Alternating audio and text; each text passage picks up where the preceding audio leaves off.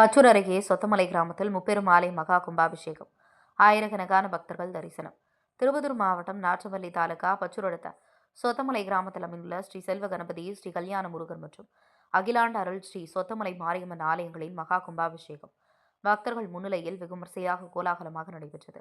இந்த முப்பெரும் ஆலயங்களின் மகா கும்பாபிஷேக விழாவை முன்னிட்டு பல்வேறு திருக்கோவில்களிலிருந்து புனித நீர் கொண்டு வரப்பட்டு யாகசாலை அமைக்கப்பட்டு சிறப்பான முறையில் வேத மந்திரங்கள் முழங்க பல்வேறு யாகங்கள் மற்றும் பூஜைகள் நடைபெற்றது.